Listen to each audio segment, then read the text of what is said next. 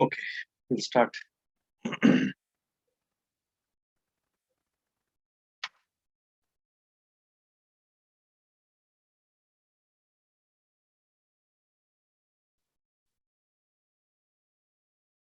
Anirudh, shall we start? जी बनते जी, ठीक है।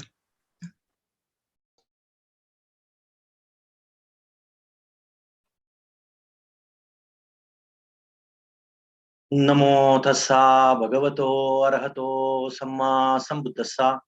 नमो तस्सा भगवतो अरहतो सम्मा संबुद्धस्सा। नमो तस्सा भगवतो अरहतो सम्मा संबुद्धस्सा।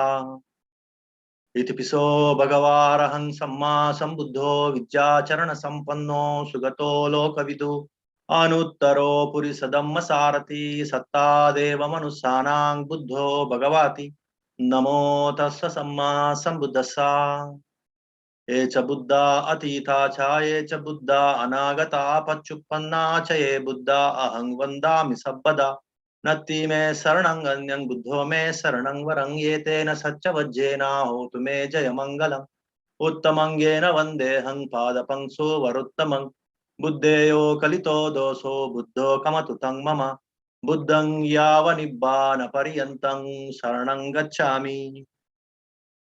स्वाखातो भगवता धम्मो संदिटिको अकालिको एहिपस्सिको अपनायको पच्छत्तं वेदितव्यो विन्नुहीति। नमो तस्सनियानिक सदम्मसा। ये च धम्मा अतीता च ये च धम्मा अनागता पच्चुपन्ना च ये धम्मा अहं वन्दामि सब्बदा। नत्ति मे शरणं अन्यं धम्मो मे शरणं वरं ये तेन सच्चवज्जेन होतु मे जयमङ्गलम्। उत्तमङ्गेन वन्देऽहं धम्मं च विदुत्तमं। धम्मेयो कलितो दोषो धम्मो कमतु तं मम। धम्मं यावनिब्बानपर्यन्तं शरणं गच्छामि। सुपटिपन्नो भगवतो सावकसङ्गो उजुपटिपन्नो भगवतो सावकसङ्गो न्यायपटिपन्नो भगवतो सावकसङ्गो सामीचिपटिपन्नो भगवतो सावकसङ्गो। यदिदं चत्तारि पुरिसयुगानि अट्टपुरिसपुग्गला एषा भगवतो सावकसङ्गो। आहुनय्यो पाहुनय्यो दक्षिणय्यो अञ्जलिकरणीयो अनुत्तरं पुण्यकेतं लोकस्साति। नमो तस्स अट्ट अर्य पुग्गला महासंगसा। ये च संगा अतीता च ये च संगा अनागता पच्चुपन्ना च ये संगा अहं वन्दामि सब्बदा। नत्ति मे शरणं अन्यं संगो मे शरणं वरं ये तेन सच्चवज्जेन होतु मे जयमङ्गलम्। उत्तमङ्गेन वन्देऽहं संघं च विदुत्तमम्। संज्ञेयो कलितो दोषो संगो कमतु तं मम। संगं यावनिब्बानपर्यन्तं शरणं गच्छामि। विपत्ति पटिवाहाय सब्ब संपत्ति सिद्धिया सब्ब दुःखं विनाशाय सब्ब भयं विनाशाय सब्ब रोगं विनाशाय भवेति गायुकदायक। सब्ब लोकं हितत्ताय परित्तं बनामहे। समन्ता चक्रवालेषु अत्रागच्छन्तु देवता सद्धम्मं मुनिराजसा सुनन्तु सग्गमोक्तदं। धम्म सवन कालो अयं वदन्ता धम्म सवन कालो अयं वदन्ता परित्त सवन कालो अयं वदन्ता। नमो तस्स भगवतो अरहतो सम्मा संबुद्धस्सा। एवं मे सुतं एकं समयं भगवा राजगृहे विहरति वेळुवने कलण्डकणिवापे तेन कोपन समयेन अस्मा महाकස්සपो पिप्पली गुहायं विहरति अबाधिको दुःखितो बालगिलानो अतको भगवा सायन्न समयं पटिसल्लान उत्थितो येनायस्मा महाकස්සपो तेनुपसंकमी उपसंकमित्वा पन्यते आसने निसीदि निसज्जको भगवा आयस्मन्तं महाकස්සपं एतदवोच कचीते कස්සपा कमनीयं कचीयापनीयं कची दुःखा वेदना पटिक्कमन्ति नो अभिक्कमन्ति पटिक्कमोसानं पन्यायति नो अभिक्कमोति न मे बन्ते कमनीयं नायापनीयं बलहा मे दुःखा वेदना अभिक्कमन्ति नो पटिक्कमन्ति अभिक्कमोसानं पन्यायति नो पटिक्कमोति। सत्तिमे कස්සपा बोज्झंगा मया सम्मदकाता भाविता बहुलीकता अभिन्याया संबोधाया निब्बानाया संवत्तन्ति। कथमे सत्ता सती संबोजंगको कස්සपा मया सम्मदकातो भावितो बहुलीकतो अभिन्याया संबोधाया निब्बानाया संवत्तति।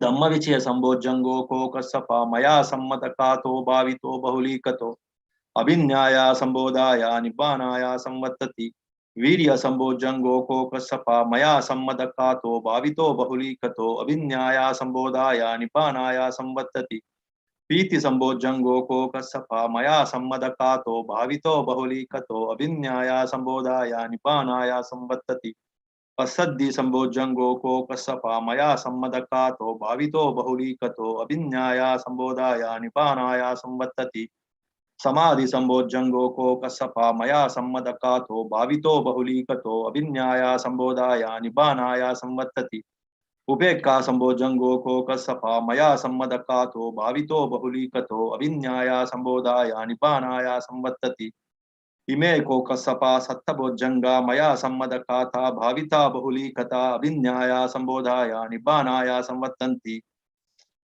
तग्ग भगवा भोजंगा तग्ग सुगता भोजंगाति इदमवोच भगवा अत्तमनो आयस्मा महाकस्सपो भगवतो भासितं अभिनंदी उटा हि चायस्मा महाकस्सपो तम्हा अबादा तथापहीनो चायस्मतो महाकस्सपस्सो अबादो अहोसीति एतेन सच्चवज्जेन सुखिनो होतु सर्वदा एतेन सच्चवज्जेन होतु नो जय मंगलम एतेन सच्चवज्जेन पातनो रत्नत्रयं नमो तस्स भगवतो अरहतो सम्मा सम्बुद्धस्स एवं मे सुतं एकं समयं भगवा राजगहे विहरति वेलुवने कलंडिकनिवापे तेन कोपन समयेन आयस्मा महामोग्गलानो गिज्जकूटे पब्बते विहरति अबाधिको दुःखितो बालहगिलानो अथको भगवा सायन्न समयं पटिसल्लाना उत्थितो येनायस्मा महामोग्गलानो तेनुपसंकमि उपसंकमित्वा पन्यत्ते आसने निसीदि निसज्जको भगवा आयस्मन्तं महामोग्गलानं एतदवोचा कचीते मोग्गलाना कमनीयं कचीयापनीयं कचि दुःखवेदना पटिक्कमन्ति नो अभिक्कमन्ति पटिक्कमोसानं पन्यायति नो अभिक्कमोति न मे बन्ते कमनीयं नायापनीयं बाल्हा मे दुःखा वेदना अभिक्कमन्ति नो पटिक्कमन्ति अभिक्कमोसानं पन्यायति नो पटिक्कमोति सत्तिमे मोग्गलाना भोज्जंगा मया सम्मदकाता भाविता बहुलीकता अभिन्याया संबोधाया निब्बानाया संवर्तन्ति कतमे सत्ता सती संभोजंगो को मोग्गलाना मया सम्मदकातो भावितो बहुलीकतो अभिन्याया संबोधाया निब्बानाया संवर्तति धम्म विचय संभोजंगो को मोग्गलाना मया सम्मदकातो भावितो बहुलीकतो अभिन्याया संबोधाया निब्बानाया संवर्तति वीर्य संभोजंगो को मोग्गलाना मया सम्मदकातो भावितो बहुलीकतो अभिन्याया संबोधाया निब्बानाया संवर्तति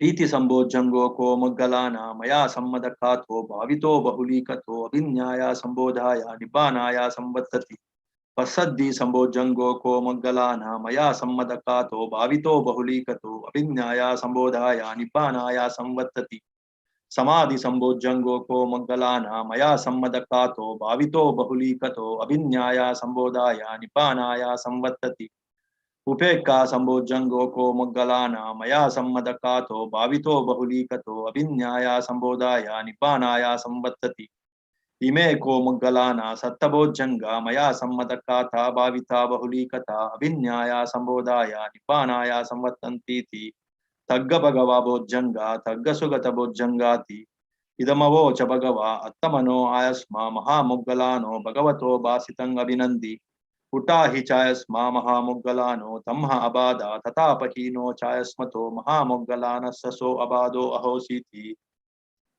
एतेन सच्चवज्जेन सुखिनो होतु सर्वदा एतेन सच्चवज्जेन होतु नो जय मंगलम् एतेन सच्चवज्जेन पातु नो रत्नत्रयं नमो तस्स भगवतो अरहतो सम्मा सम्बुद्धस्स एवं मे सुतं एकं समयं भगवा राजगहे विहरति वेलुवने कलंडकनिवापे तेन कोपन समयेन भगवा अबाधिको होति दुःखितो बालहगिलानो अतको आयस्मा महाचुन्दो सायन्न समयं पटिसल्लान उत्थितो येन भगवा तेनुपसंकमित्वा भगवन्तं अभिवादयित्वा एकमन्तं निसीदि एकमन्तं निसिन्नं को आयस्मन्तं महाचुन्दं भगवा एतदवोचा पटिबन्तु तं चुन्द भोज्जंगाति सत्तिमे बन्ते भोज्जंगा भगवता सम्मदकाता भाविता बहुलीकता अभिन्याया संबोधाया निब्बानाया संवर्तन्ति कतमे सत्ता Sati Sambodjango ko bante Bhagavata Sammadakatha Madakato Bhavito Bahulikato Abhinyaya Sambodhaya Nibanaya Samvattati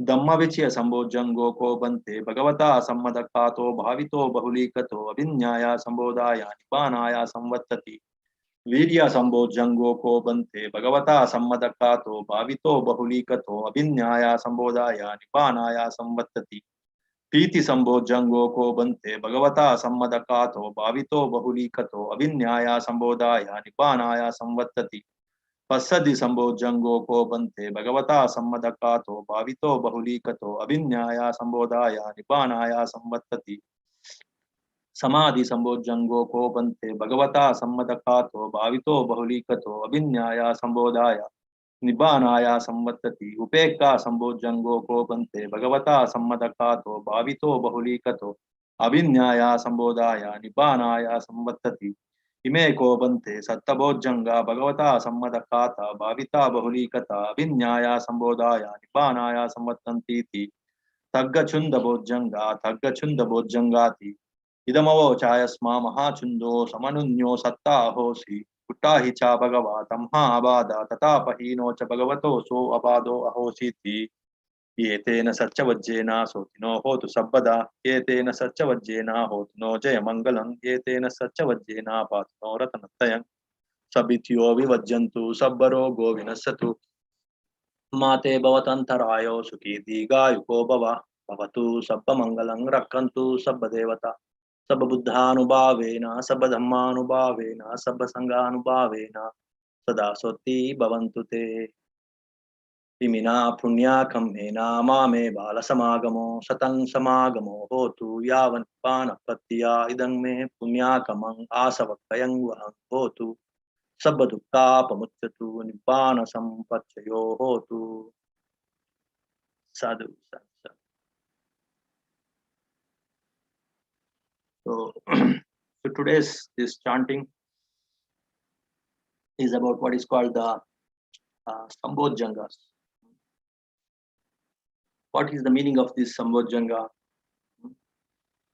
Sambodjanga, Sambodjanga means like the right enlightenment factors,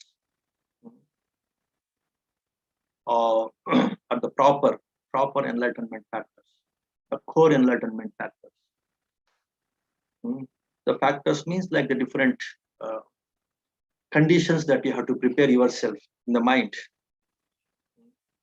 so that you can reach Nibbana, you can reach Sambodhi, you can reach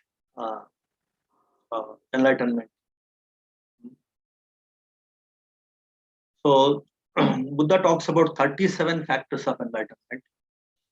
Here in these 37, the 7 are very crucial, very core, very, say, the basis. And they're very proper, very appropriate. That's why they're called Sambodjana. Among the 37 factors of enlightenment, these 7 are very core enlightenment factors. So one has to work on these core factors, then automatically other factors will fall in place. So that's why these 7 factors are given more importance. Buddha talks about contemplating these 7 factors itself is very, very important, very, very crucial. That helps not only in the liberation, not only in the, say, your enlightenment, in your Sambodhi. It will give a lot of health also.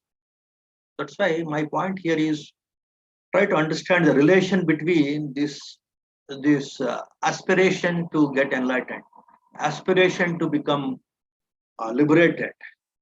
That very aspiration is one very, very powerful force to keep everything balanced, to keep your systems, inside systems to work normally, work in a balanced way, and so that you can achieve health. So this very aspiration, this very goal of enlightenment, Nibbana, that itself is a wonderful triggering force to keep your mind calm, to develop all good things, to cultivate all the meritorious things or the wholesome things in your mind, and to enjoy the true health, true happiness, and true peace of mind, which in turn very much associated, very much linked with your true health also. Please understand this link, this chain, this connection. If the aspiration is Nibbana, then you will get the true peace of mind. Then all the things will fall in place, the right place they fall in. You will learn the art of balancing everything, the people, the profession, the say mind and body, different facets of the body, faculties of the mind, different say, elements of the body. Everything they get balanced by doing what? By having this inspiration, this aspiration, this true desire, true chanda, true wish, true goal for liberation, for emancipation, for enlightenment. That's why in India, it's very much like an undercurrent. Everybody, if you go to one small village also, where the people are not very much exposed to education, civilization, remote place in India, let us say, they also talk about the moksha, the liberation, enlightenment. That is the beauty of, say, India. Because we are Indians, I am prizing India. No, I'm talking truth, like a third person, like sitting the uphill and looking at the world. In that way, I'm just looking at the things, and I'm just say expressing my opinion that in Indian subcontinent, this aspiration, this ultimate goal of the life is very much ingrained. But somehow, because of this too much materialism nowadays, it's going a little deep inside our psyche, and it's being covered. But somehow that undercurrent is there, that fire is there. But somehow one should tap it. One should work on it. One should tap it. Just open it up, unwrap it, and keeping it as the core. One should design their life, the other functions, other duties of the life. They should, if they can design, then definitely they can achieve peace of mind, which is very, very essential, of course. Nowadays people have this lot of mental health issues, again because of a lot of competition, a lot of comparison, a lot of say struggle, a lot of ego. Because of all these things, we are losing that true peace of mind. And once that is lost, health is also lost. Your physical health also will become say you are going to lose it. That imbalance you will get it in the body also. The imbalance in the mind will lead to imbalance in the body also. That is nothing but ill health. That is nothing but sickness. That's how you fall into sickness. So these 7 factors Buddha is talking about, and he is calling them as sambojjhanga, the true, the right, the appropriate bojjhangas. Bodhi angas or bojjhangas. Bodhi means like enlightenment. Angas means the factors. Sam means the true, the perfect, the proper enlightenment factors, the true enlightenment factors. They are the sambojjhanga. In all these 3 discourses or these sutras or these suttas, these 7 enlightenment factors are highlighted. And they are actually prescribed as the medicine in all these 3 discourses. So that's where you should see the link between the health and the aspiration for enlightenment. The aspiration to cultivate this sambojjhanga so that you can get enlightenment, and how that is connected to your health. If that link, if you can understand, then you appreciate this ultimate goal in the life for the human beings, that is enlightenment or liberation, sambodhi.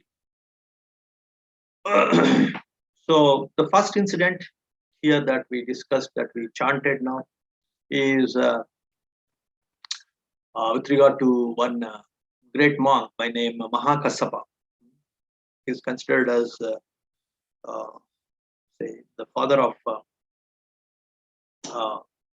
the Dhamma, like in the sense where he only organized uh, Dhamma Sangati, like great say conventions of Dhamma after the death of uh, Lord Buddha, after the great demise of Lord, and he could say bring in all the Dhamma.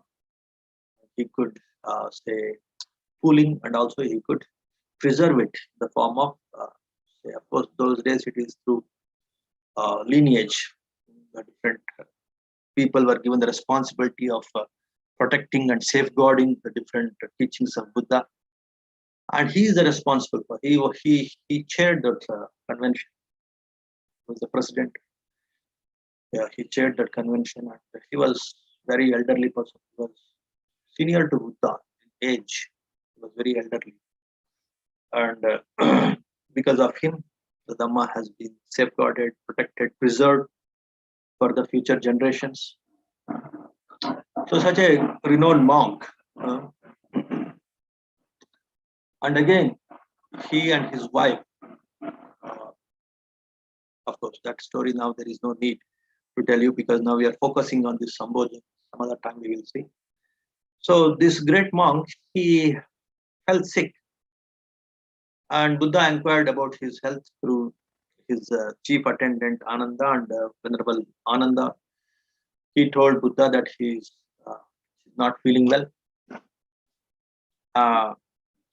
Then Buddha asked this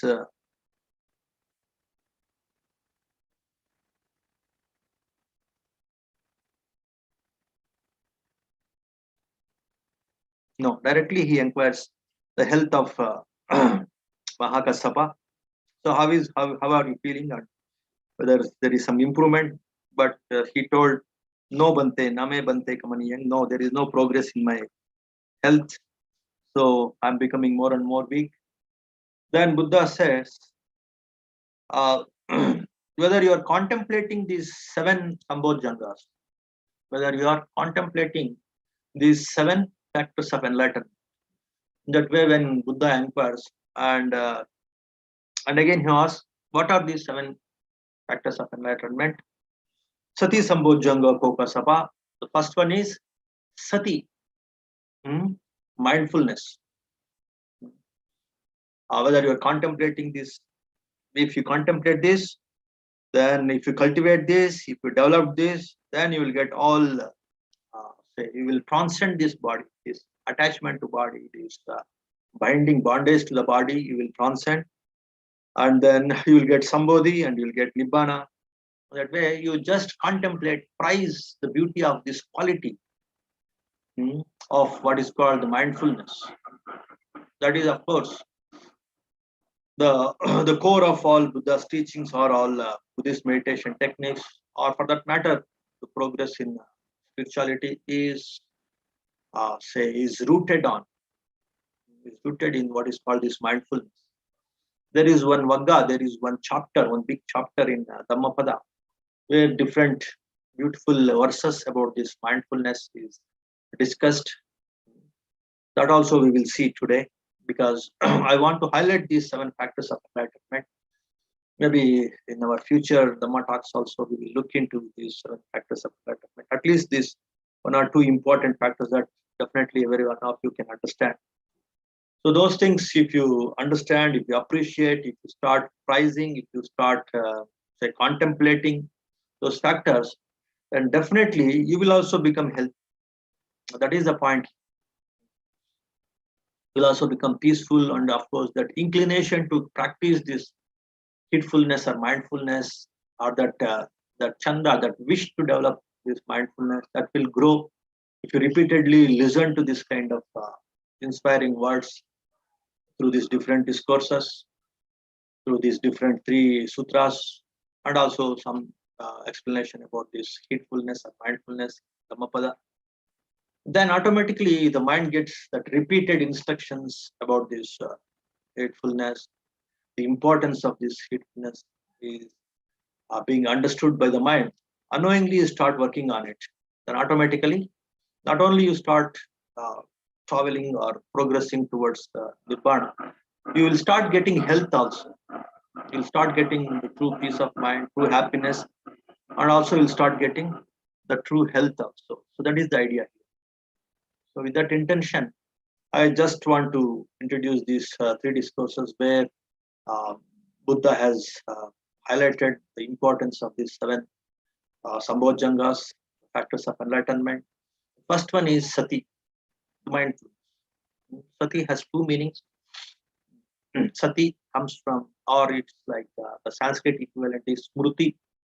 Smruti generally we use in the sense of memory. Memory is smruti. But the other meaning of that sati is mindfulness. Because the mindfulness and memory are highly related. So they use the same word, sati. When you are mindful, you will have tremendous memory because the mind is completely open, completely in that present moment. Automatically, it absorbs everything in that present moment.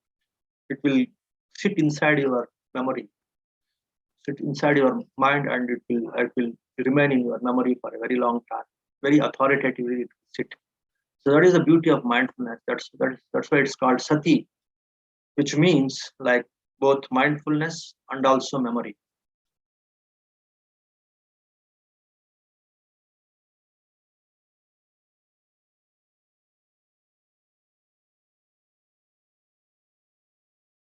If you work on this mindfulness, I'm telling you, you will get tremendous memory also, memory power also, because both memory and mindfulness, mm, uh, they're interrelated.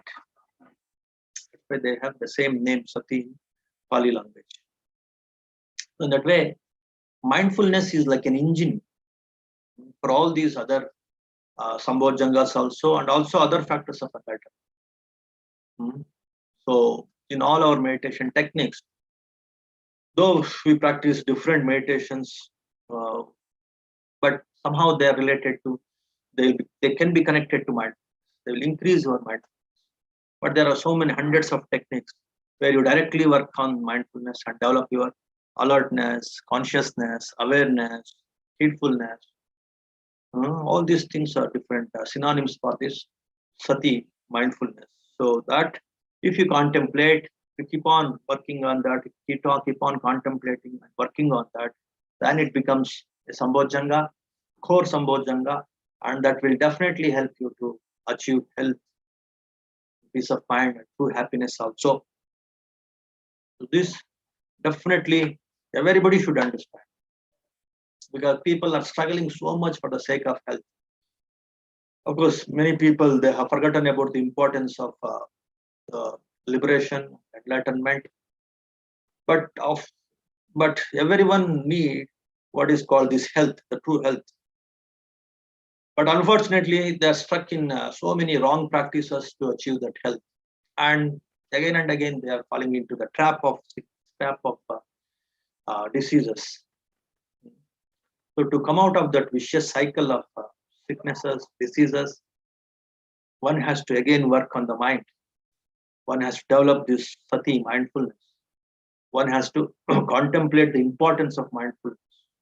And one should correctly know, correctly understand how this aspiration to become an enlightened person or to liberate the mind is possible through mindfulness, and how this is related to my health also, how it is connected to my health also. So to achieve my health, let me have this inclination towards liberation, Sambodhi, and as an anga, as a factor of this Sambodhi, let me cultivate mindfulness. That understanding one should develop. So that is the reason why Buddha is insisting, even this great disciple, Mahakassapa, to contemplate the beauty of sati, mindfulness, which is a true Sambodjanga, true factor of enlightenment. Then Dhamma Vichya Sambodjango ko Kassapa, Maya Sammadakato, Pavito, Bahulikato, Abhinyaya Sambodhaya. So the next one is Dhamma Vichya, right analysis, rightly understanding what is what, rightly understanding whether it is truly beneficial, not beneficial, like right perception, right knowledge, right view that we always discuss. The organization name itself is right. So to always say analyze or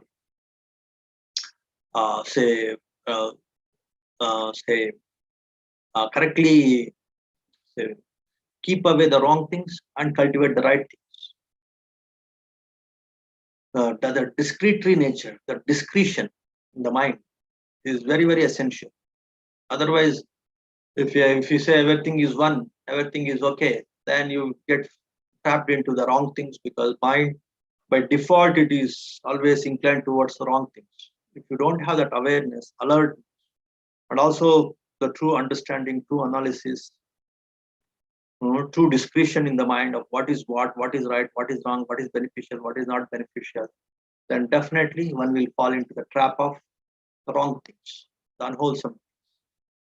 So that kind of right analysis, right view, right understanding, right knowledge is Dhamma Vichaya. Right analysis, rightly discreting what is right, what is wrong. So that is the second factor of this Sambodhi, this among the 7 factors of enlightenment. So through alertness, through awareness, one will develop his overall consciousness, overall awareness, and that will help him again to develop Dhamma Vichaya, to correctly analyze what is right, what is wrong.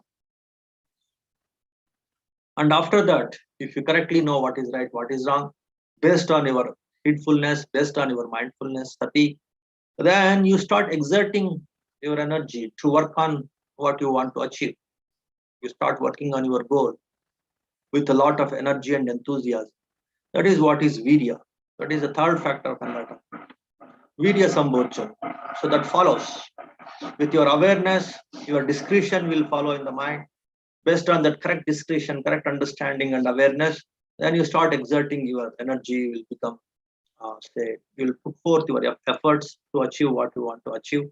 And that is the virya, the true effort, the right efforts, right energy, exerting the right energy to achieve that balance, to achieve that overall awareness, overall purity of the mind, so that you can liberate your mind from the defilements which are the cause of our suffering. Then once you start working on your goals with a lot of energy, then what happens? Piti Sambodjango, with this beautiful combination of sati, then Dhamma Vichaya, true analysis, true understanding, and true effort, virya. True effort, true understanding, true mindfulness. Sati, Dhamma Vichaya, and virya. With the combination of these three, what happens? Piti will arise in your body and mind. What is piti? Piti means a rapture, some kind of say elation in the body and also in the mind. Some kind of comfort, some kind of elation. No pain here and there, no torture, no stress. So mind will become free from stress, body will be free from the pains or the physical suffering. That state of body and mind is called piti, rapture. As I used to tell in the meditation classes, the lightness in the body, freshness in the mind, that is the best indicator for your health. So you will achieve this lightness in the body and freshness in the mind by correctly combining this sati, mindfulness, Dhamma Vichaya, right analysis, or right discretion of what to do and what not to do, what is beneficial, what is not beneficial, and the right effort, right energy, the right energy and right enthusiasm, if you put forth your efforts to get that balance, then what happens? You will achieve that lightness in the body, freshness in the mind, and that kind of piti, that kind of rapture, that kind of physical and mental comfort that you achieve. And that is what is health, physical health. So how you can achieve that physical health? Taking so many kinds of medicines and doing so many things. Of course, you should do. Now that's how the world is. I don't say that we should keep away all the say other worldly practices, techniques of maintaining the health. In addition to that, here the emphasis is on the mind, is on having the aspiration to get enlightenment. That is the first thing, first key takeaway. The second thing is knowing these 7 factors that will take me towards the liberation. And the third thing is how these different cultivation and contemplating these factors, how these things will lead to achieve the mental balance, mental peace, and thereby how I can achieve the balance in the body also. Different, the 4 elements of the body, how they get balanced, and thereby how I achieve health, how the different systems inside the body they work better by simply working on these factors of enlightenment. So if that understanding, that relation, if you can comprehend, then you got it. So definitely you can achieve the true health. You'll achieve that PT. Once you achieve that PT, then definitely you will get the true health. That is the best indicator for the health. If you can consistently maintain that PT, then you are healthy. Your immunity system, your functioning of all the internal systems, everything can be improved. So that is the 4th factor of enlightenment, PT. Then Passaddhi. Passaddhi means like the calmness in the mind, the tranquility in the mind, the calmness in the mind. Just like the lightness in the body, that is PT, it's more towards body. Then the calmness, settling down, the joy in the mind, that is what is Passaddhi. That also automatically follows by correctly understanding and practicing this Virya, Dhamma Vichaya, and Sati. First is Sati. Once you start working on this mindfulness, then automatically you will start discriminating what is what. Then you start working on what is truly required, what is truly beneficial. Then that Virya also will develop by this perfect combination of this Sati, Dhamma Vichaya, and Virya. Mindfulness, proper right view, proper right understanding, and proper efforts, then you will achieve PT, the physical comfort, and mentally also to some extent you will achieve comfort. That's what is the meaning of PT. And Passaddhi is tremendous calmness and the settling down of the mind, not wobbling. Completely mind gets settled down and it achieves the true peace, the true tranquility of the mind. And that is what is your Passaddhi, that also you will achieve. And of course, that itself becomes a factor for the further progress in your mind purity and progress in liberation of the mind. Then comes the Samadhi Sambodjan. So once the mind achieves this kind of calmness and settling down of the mind happens by the physical comfort, PT, and that is achieved by the true, the perfect, say, combination of this Virya, Dhamma Vichaya, and Sati, mindfulness, and all these things fall in place, they're correctly practiced, achieve PT, and that leads to Passaddhi, the mental calmness, mental stability also. And then your Samadhi, your concentration abilities, your focusing abilities becomes very, very sharp. You will transcend all the disturbances of the world, disturbances of the body also.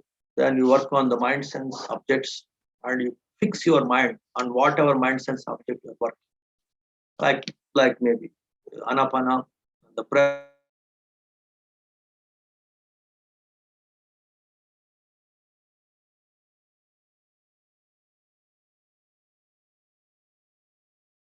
And you will start getting the jhanas, the deep absorptions. You completely transcend the body, the physical senses, the world, the sounds, the sensations, everything you transcend. And you start getting the jhanas, the deep absorptions. So that kind of samadhi you will get, and that will take you to the next step, that is upekha. After enjoying the jhanic bliss, the happiness of jhana, which is the mind sense happiness, you transcend even that mind sense happiness, and you enter into what is called the last Sambodhana, that is upekka. The mind gets complete equanimity and it will start seeing the ultimate realities of the world, realities of the body, realities of the mind. And that's what is ultimately, if you start seeing all those things, you start transcending all those things by achieving that perfect tranquility, perfect equanimity. And that is what is the perfect equanimity is upekka. So in that way, these 7 factors of enlightenment, if you keep on contemplating, that will sooner or later that will push you to practice these 7 factors of enlightenment. That is one benefit of listening to this kind of chanting and contemplating these 7 factors of enlightenment. The second key takeaway and the benefit of this is, once the mind starts inclining towards this knowledge, these 7 factors of enlightenment, then automatically you start getting health also. Automatic the balancing of the 4 elements, balancing of the functioning of different systems, it happens because the balance in the mind will start. How the balance in the mind will start? Because the goal is perfect.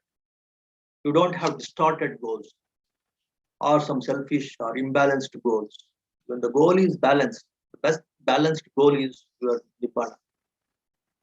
And based on that balanced goal, balanced mental faculties you can achieve.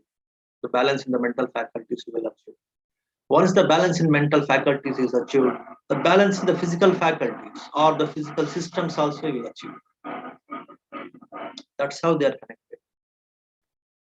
That is the beauty of contemplating the enlightenment factors, because your goal is enlightenment. So in that way, Buddha is motivating, inspiring this Mahakasapa. He was sick at that time, to contemplate this goal, to contemplate these factors that lead to that goal, and thereby to achieve the true health also. The same thing happens with one more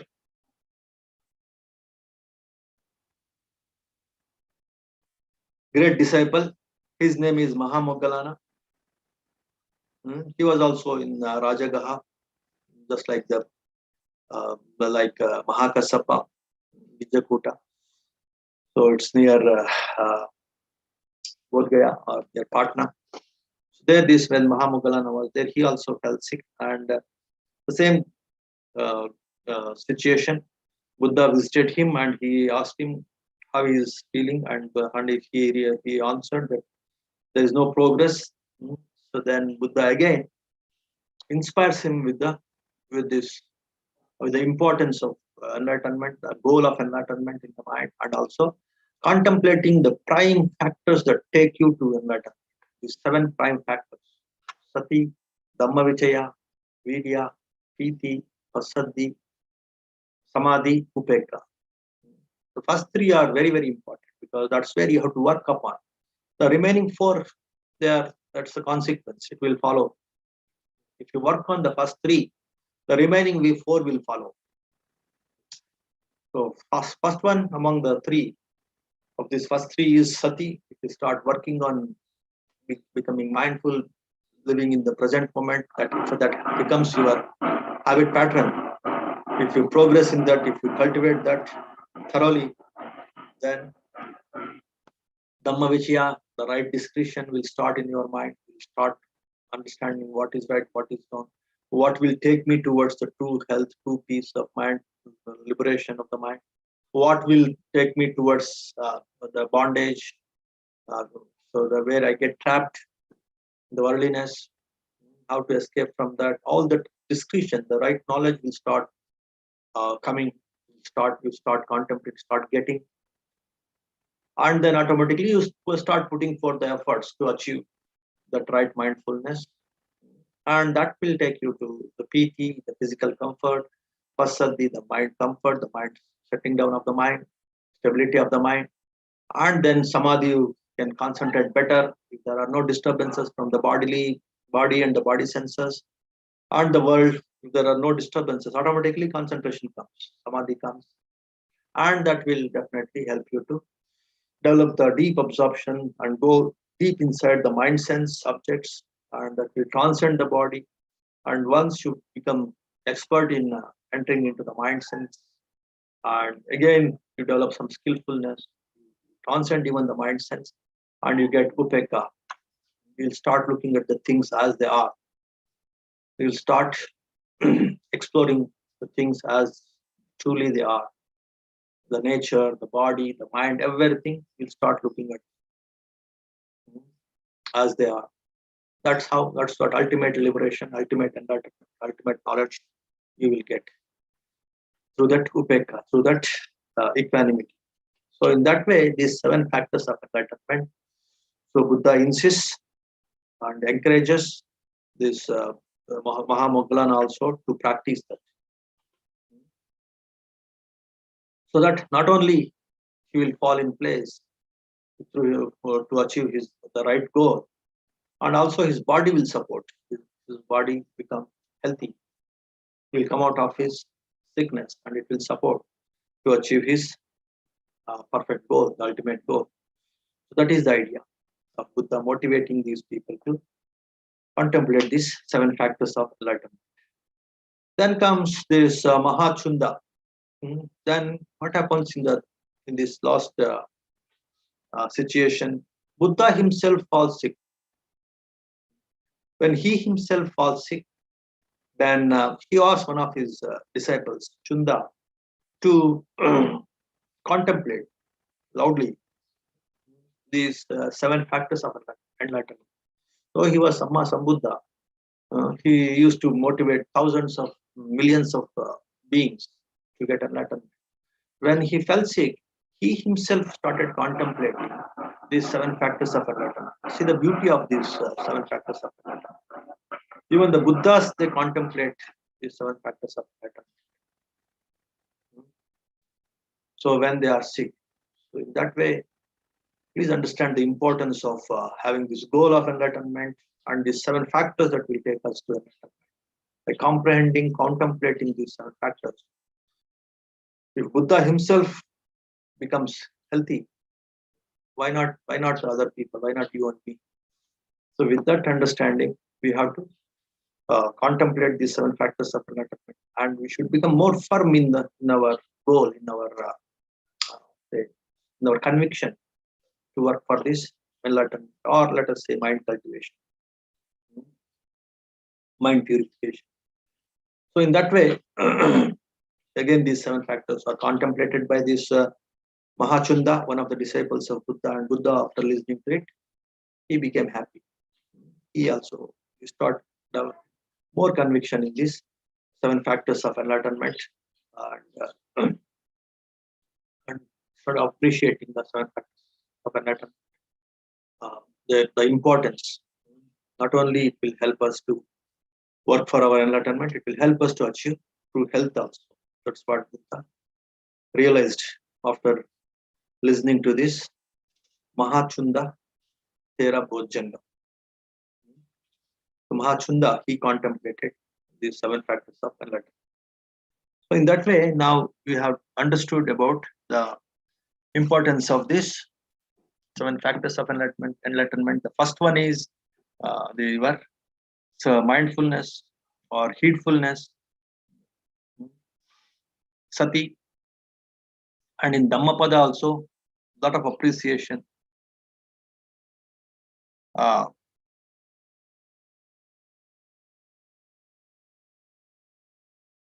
Towards this heedfulness, we can understand in different verses, we can understand how Buddha has appreciated and glorified this mindfulness, heedfulness.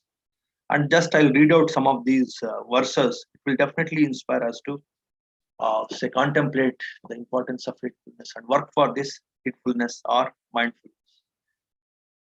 Heedfulness is the path to the deathless, amatapadam. If you want to achieve deathless, if you want to come out of the fear of death,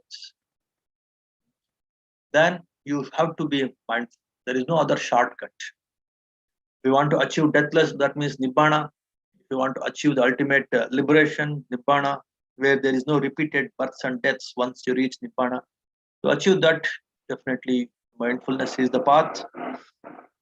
And also to come out of the fear of death. Deity mindfulness is the path.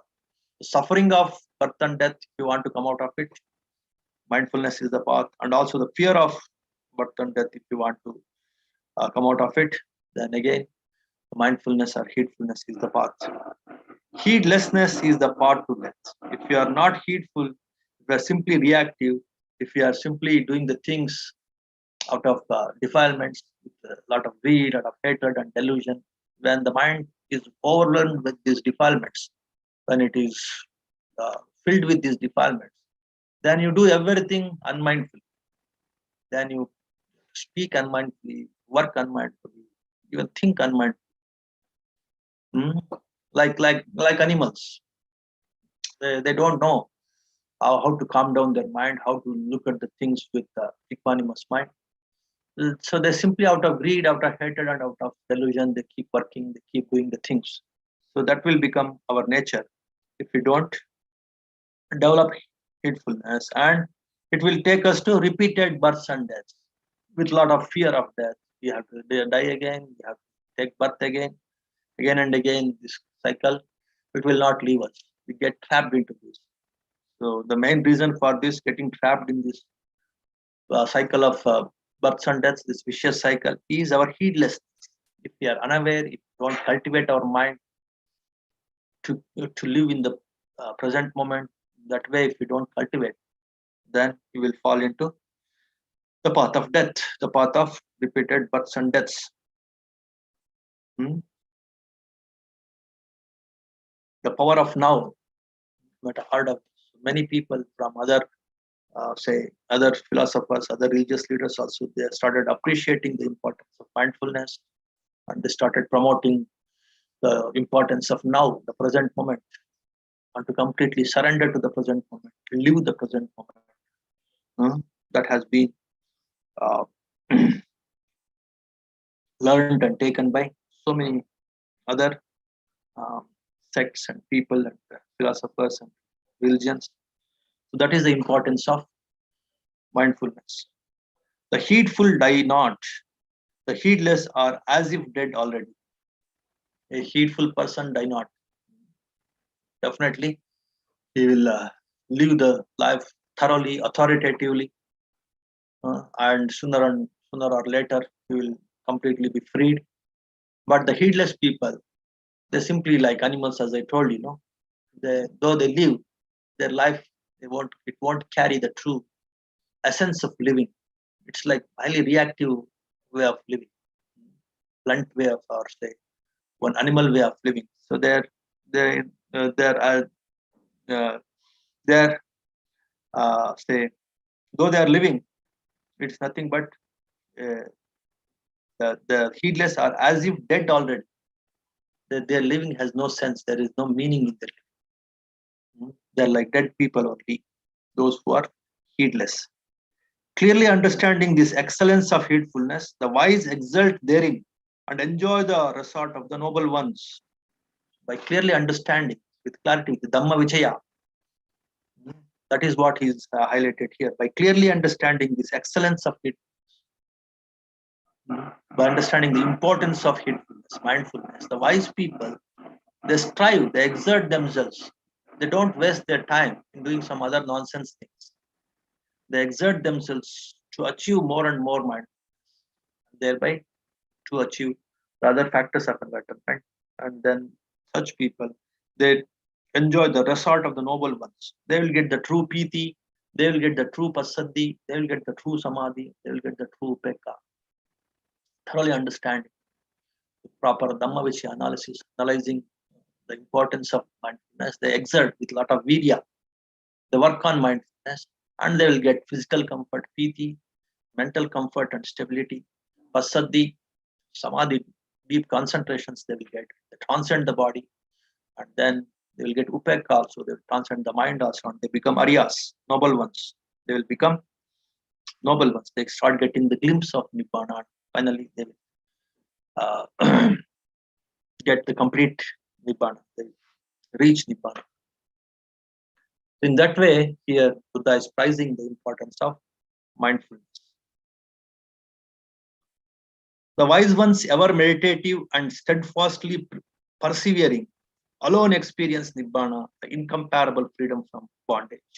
In that way, the wise people, starting with this mindfulness and correctly understanding the importance of right view and knowing what is beneficial, what is not beneficial, putting forth the right efforts, they'll start getting the piti, pasati, concentration, samadhi, and upeka, and they will become completely enlightened, which is incomparable freedom from bondage. From all kinds of bondage, one will escape once he reaches Nibbana. Ever grows the glory of him who is energetic, mindful, and pure in conduct, discerning and self-controlled, righteous and heedful. Again, for all other virtues, your mindfulness is the basis. If you are mindful, you will become energetic. If you are mindful, you will become virtuous. If you are mindful, you will control yourself. Self-control you will get. So that's the beauty of heedfulness and mindfulness. So because of these virtues, one should cultivate mindfulness. By effort and heedfulness, discipline and self-mastery, let the wise one make for himself an island which no flood can overwhelm. So with the proper effort, proper mindfulness, proper understanding for the first three factors I told you, Sati, Dhamma Vichaya, Virya, with proper understanding, right view, and proper mindfulness, proper effort. So one should make oneself an island. This is what is again one should understand very clearly. People unnecessarily start comparing themselves with others, start competing with themselves, others start get unnecessarily influenced by others, the worldly people, the worldliness, and they get disturbed because of others only, because of this unnecessary comparing and competition, and influencing others, getting influenced by others. This madness is also very much there in the world. I want to influence others. And the people who are having that strong desire to influence others, they get influenced by others the wrong way, in the wrong way, and they get disturbed. They disturb themselves, they disturb others. That kind of all stupidity comes when you don't have the understanding about the importance of this Nibbana, importance of this ultimate goal of liberation. These factors that will take you not only to this goal, even for the worldly success. If you are happy, healthy, then you can work better. You can do your duties in a far, far superior way and you will get the results. Worldly success also will happen, but unnecessarily we compare and get influenced by others. We think of influencing others. So to come out of all this nonsense, one should become an island for himself. He should protect himself, just like a small sapling. It is by having a fence all around it, it can be protected. In the same way, you should protect yourself like an island, and then work on your own mind, work on your own goals, whether the worldly goals or the spiritual goals. That is the way to become happy in this life and also to become happy after this life. So one should become an island for himself. That means minding one's own business. One should learn to mind his own mind, mind his own business, instead of simply poking his nose, comparing, being upset with others' growth or others' failures, other success. Should not disturb you so much. For that matter, should not at all disturb you. One should work on one's own mind, one's own goals, one's own aspirations, and that is possible again if we cultivate this mindfulness, we cultivate this right effort based on right understanding.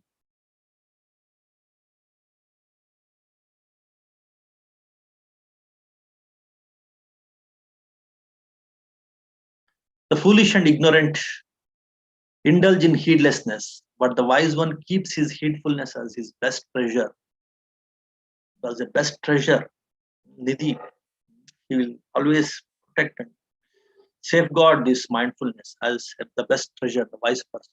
The foolish people, they don't care about the importance of mindfulness and they keep doing whatever their defilements, their inner defilements, whatever. They just listen to the defilements. They don't listen to mind and wisdom. That's the way of the foolish people. Do not give way to heedlessness. Do not indulge in sensual pleasures. Only the heedful and meditative attain great happiness. Heedlessness and sensual pleasures, they go together. Only a heedless person or unmindful person, he will try to see happiness in this very ephemeral, fleeting sensual pleasures. Sensual pleasures are so temporary, so ephemeral, so fleeting, and for little happiness, one has to undergo a lot of suffering. That awareness will not come in the mind, and one will get trapped in the sensual pleasures if he is unmindful, if he is not cultivating mindfulness. So that's why one should work on this meditativeness, mindfulness, and learn how to enjoy the pleasure of meditation, the joy of meditation, uh, the true happiness of meditation. The true happiness, the real joy comes from meditation and mindfulness. If you are sensitive enough, you will realize it quickly, immediately, and how it is far superior than the sensual pleasures. That also will come to know. And as you go deeper in this mindfulness and meditativeness, as our different levels are designed, then you start deriving superior happiness in each level, because you go deeper and deeper in mindfulness, and you start penetrating into the center of the time with more authority.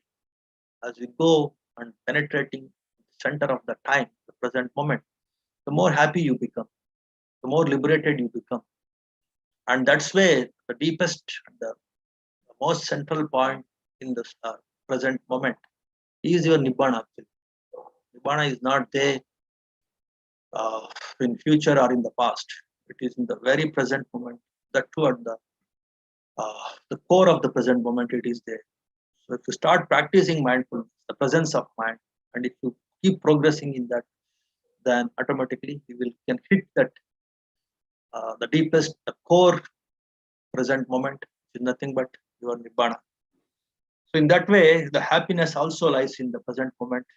Don't get trapped into the sensual things which are fleeting, which are temporary, which are ephemeral, and which cause more suffering than happiness. That's what is the meaning of this verse.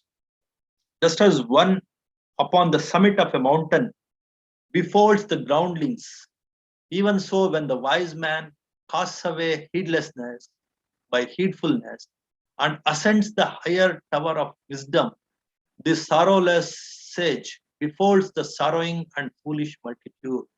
See the beauty of this verse.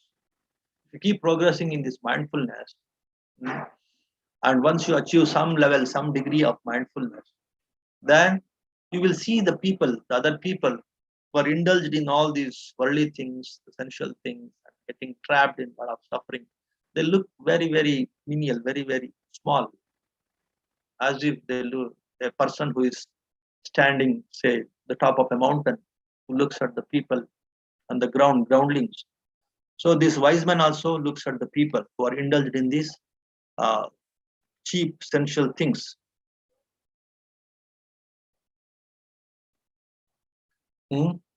And in that way, you can look at the world, because you have achieved the higher happiness.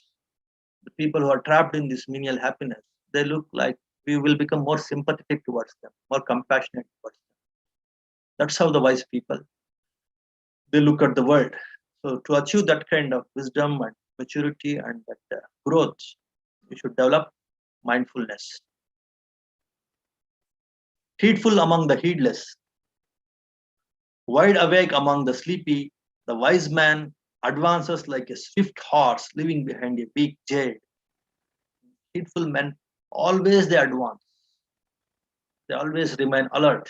They don't waste their time in sleepiness or unnecessary, unwholesome activities, or say essential activities. And also, they are very swift. They become very swift, very active. They will overtake other people. Just like a swift horse, a powerful horse, it will overtake the weak horses in a horse race. A powerful horse overtakes the weak horses. In the same way, a mindful person, he will overtake the mindless people in all aspects, not only to achieve the spiritual happiness, even in the worldly progress also, they can overtake the other people. By heedfulness did Indra become the overlord of the gods. Heedfulness is ever prized and heedlessness ever despised. Even to achieve not only the worldly progress, even the divine progress, divine realms, or the kingship in the divine realms. Indra was the king of the divine beings, Sakar, Indra. So he became the king because not because of any other virtue, hmm, because of his heedfulness only, because of his mindfulness only, he became the king. Not only for the world, for the human world, he became the king of the divine world. So that kingship, either in the human world or in the divine world, is again possible with mindfulness only. The, the meditators who delight in heedfulness and looks with fear at heedlessness advances like fire, burning all fetters, small and large. Those who delight in heedfulness and looks with fear at heedlessness will not fall. He is close to Nibbana. Yeah, even for the spiritual progress, not only in the worldly progress like Indra, to achieve power, position, everything, and to overtake other people in the worldly achievements, how the heedfulness will help us. That we have seen a few verses in the last two verses here.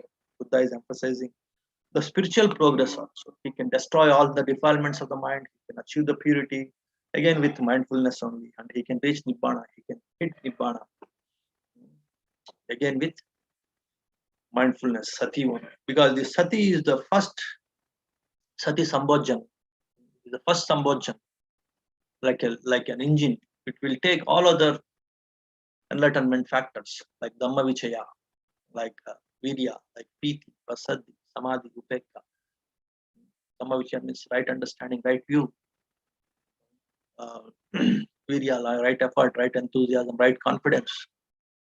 And for all, if these three fall in place, then automatically we'll get the physical comfort, Piti, mental comfort and stability, Pasadi, mental concentration, sharpness, focus, ultimate focus, which will help you to transcend the body and get established in the mind sense and get jhanas, deep absorptions. That you will get. And then you will transcend even the mind sense. You will see everything as they are. You will get that upekka, equanimity. In that equanimity, everything, all the secrets of the existence will open up and you will become enlightened. That way, these 7 factors of enlightenment, how they help us by contemplating them to achieve everything in the worldly life and the spiritual life we have seen. And the first 3 discourses that we chanted, it will give an idea how this will help us to get the true health. Even in the case of the great disciples of Buddha like Mahakassapa and Mahamoggallana, and not only the great disciples, even Buddha himself, by contemplating the importance of this mindfulness and other enlightenment factors, how he himself recovered from illness. That is the power of these Sambodjangas, the factors of enlightenment. That is the power of this, the goal of enlightenment, the factors of enlightenment, and the mindfulness, which is the path for enlightenment. So that is today's Dhamma talk. So if you have some questions, you can ask, then we will continue. Pranam Manteji. Yes, sir. Shruti Joshi ji is asking, Vandami Manteji, how to remain mindful when we are not in meditation, dealing with day-to-day routine life. What we have learned in the different levels. No, you should have the Iddipada. Iddipadas also, the Chanda, Virya, Piti, Chanda, Virya, Chitta, this the 4 Iddipadas. They will also Vimamsa. They will also help us to be in the present moment. We start accepting the present moment through this Chanda. We start owning the present moment. We put forth all our effort in the present moment. So in that way, Iddipadas help us to be in the present moment. In all your actions, remember the Iddipadas, be in the present and cultivate this compassion and loving kindness. And that also brings your mind to the present moment. When you're working, interacting with different people, let these wholesome feelings like mindfulness, this loving kindness, compassion, and then appreciation, mudita. If these wholesome feelings, if you cultivate, then again your mind will be in the present. And then the right understanding. Craving is the cause of suffering, giving is the cause of happiness. The Four Noble Truths. These things, if you are aware that understanding is there in the mind, and you don't unnecessarily blindly, subconsciously, you don't crave for the things, you will become alert. Oh, now my mind is getting trapped in this craving. Now let me substitute this craving with giving. Let me work on this. How best I can give. Again, that will bring back your mind to the present moment. So in that way, this integrated development of the mind that you are learning in different levels. Again, that will help you to be in the present moment, to become mindful in day-to-day activities also. Of course, the different awareness meditation, like sound awareness, sensation awareness, smell awareness, taste awareness, sensation awareness. All these things also, they are also day-to-day. You have to you go through this kind of sense objects. So when you go through this kind of sense objects in day-to-day activities, when you have this background of these different meditations, when you have practiced these different meditations, they will come to your rescue. They will not again trap you to get into this say unnecessary reacting of the mind towards sensors or smells or sensations or smells or say tastes or sounds. Then also will become aware. When the mind and body are in coordination, so through this mind body breath coordination movements, that also will help you to be in the present moment. That way, understanding this, comprehend this integrated approach, thoroughly comprehending this integrated approach will help you to become mindful in the day-to-day activities. That is one aspect. The second thing is to regularly practice any one of the meditation techniques correctly and regularly practice, not blindly. Some people I have seen out of some dogmatic, fanatic mind, they practice something, they force themselves with lot of attachment, craving, they practice something, then they can't become mindful, even though they practice for years, decades, the whole life. But with understanding, regularly, if you practice one mindfulness technique, one meditation every day, so that will come to your rescue. So in the other day-to-day activities also, that regularity in meditation, you can maintain correctly if you practice without developing defilements, without developing resistance, attachment, some kind of blind belief. So this is the only thing that requires that kind of dogmatic beliefs, blind beliefs, you keep away, and just for the sake of mindfulness, practicing mindfulness for the sake of mindfulness, practice some meditations regularly. That will also will come to your rescue in other day-to-day activities. Remain mindful in other day-to-day activities also. So here the 2 points is regular practice of any one mindfulness technique with correct understanding. That is one way. That is one way of practicing. That is one way of becoming mindful in day-to-day activities. The second thing is the integrated approach to mindfulness through sense awareness, through mind-body coordination, through wholesome feelings, through wholesome confidence building techniques like Iddipadas, Chanda Virya, Chitta Vimamsa, right understanding, right perception. Meditations or techniques by correctly integrating and comprehending them, like the essence of Four Noble Truths, the importance of giving best.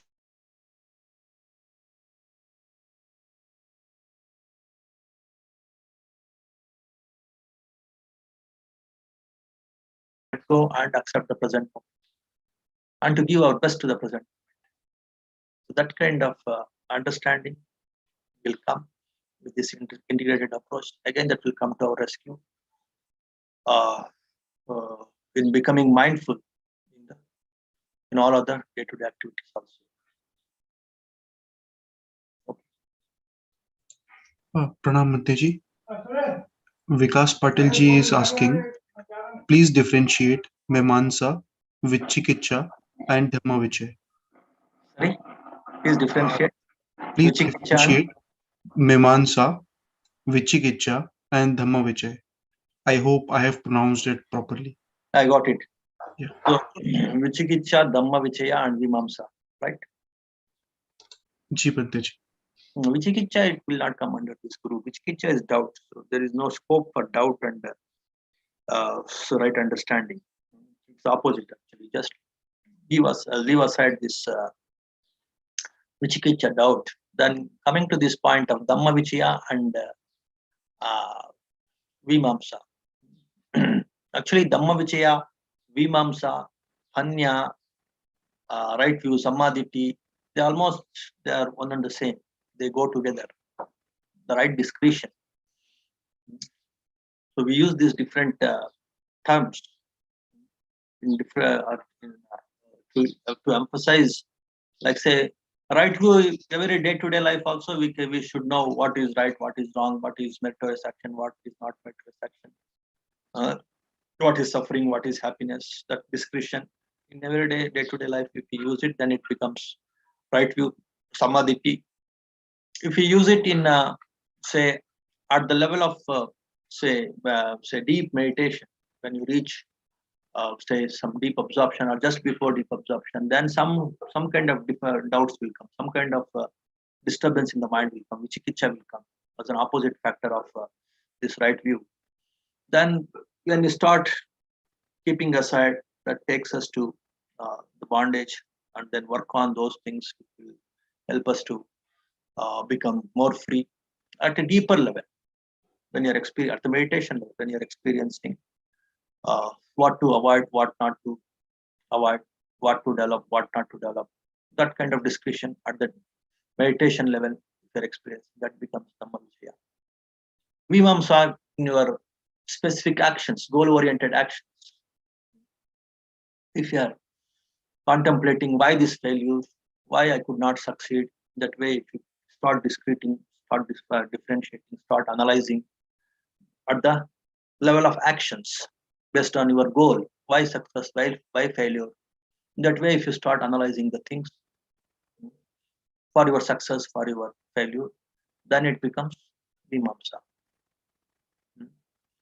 So Panya means complete understanding at all levels, whether it is in the meditation, whether it is in the actions, whether it is the goal-oriented actions, whether it is in the day-to-day actions. So this is more a general term, Panya. But if they in the scriptures they use it as an ultimate liberating wisdom also as Panya. But in many contexts they use Panya as wisdom, general wisdom. As I just now told you, in your day-to-day activities, what to do, what not to do. Like right view also they use Panya. Like Vimamsa also, in your goal-oriented action, why you failed, why you have succeeded. In that context also sometimes they use Panya as an equivalent of Vimamsa. By liberating your mind and you got the ultimate wisdom of freeing the mind. You have seen the Nibbana. In that context also, they use the word Panya. In that way, you can say more or less Panya, Samadhi, Vimamsa, and Dhamma Vichaya as synonyms. But they use these different terms in different contexts, in meditation, in goal-oriented action, in day-to-day all actions. These different words are used, but more or less they have the same meaning, overall wisdom. Okay. Next. No other question, Bhante ji. Okay. So we'll conclude with one chant, right? Ji Bhante ji.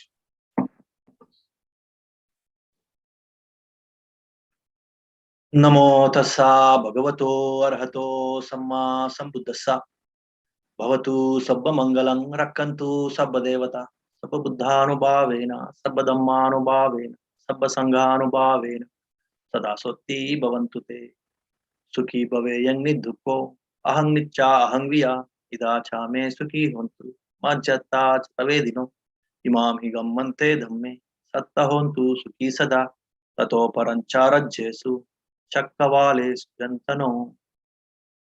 Sadhu, sadhu, sadhu.